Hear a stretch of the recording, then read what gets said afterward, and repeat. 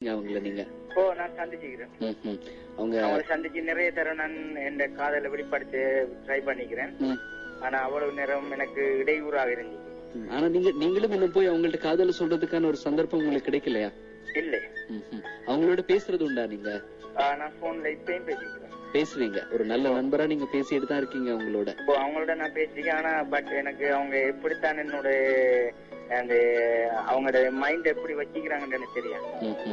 நீங்க ஒரு நல்ல நண்பரா இருக்கிறதால அவங்களுடைய மனசை ஒரு அளவுக்கு புரிஞ்சு வச்சிருப்பீங்க இல்லையா நண்பரே?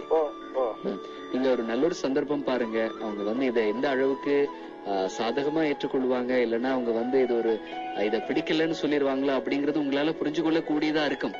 அவங்க நடந்து கொள்கிற விதத்தை வச்சு அப்படி ஒரு நல்ல ஒரு சந்தர்ப்பத்தை பாருங்க. அவங்களோட பேசுறதுக்கான ஒரு ஓய்வான நேரம், மனசு விட்டு பேசக்கூடிய ஒரு சந்தர்ப்பம் உருவாகும் போது நீங்க உங்க மனசுல இருக்க ஆசையை கண்டிப்பா சொல்லிருங்க. ஏன்னா அது உங்களுடைய மனசுக்குள்ளே வச்சிட்டு இருந்தீங்கன்னா அது ஒரு பெரிய சுமையாகிரும் உங்களுக்கு. எனக்கு கடும் மனசுல கடும் பாரம். என்ன செய்யற, நான் ஆண்டவன்ட துவா கேட்டுக்கிறேன் என்னுடைய காதல் வெற்றி அடையணும்.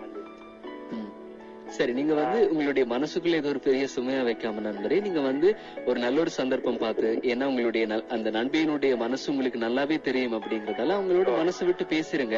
அவங்க என்ன பதில் சொல்றாங்க அப்படிங்கறத வச்சுதான் நீங்க அடுத்து முடிவெடுக்கலாம்.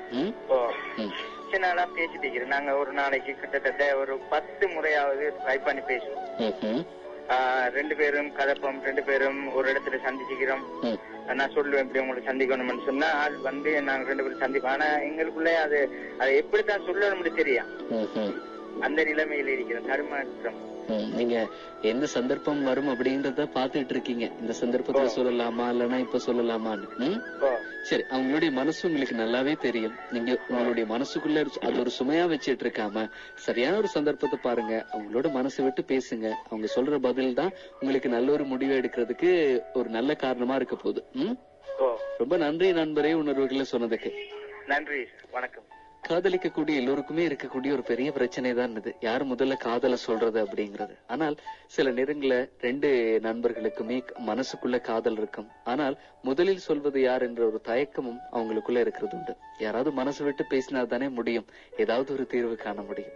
சைபர் 112-233-43 வெற்றியின் தொலைபேசி இலக்கத்துக்கு அழைப்பு ஏற்படுத்தி நீங்களும் உங்களுடைய உணர்வுகளை சொல்லலாம். யாவும் பற்றிய தடாகங்கள், பூக்கள் மறந்த தாவரங்கள், நிலவு தொலைத்த வானம், அணைப்புக்கு எங்கும் தொலைபேசி. நண்பனிடம் சொல்லுங்கள். நண்பனிடம் சொல்லுங்கள்.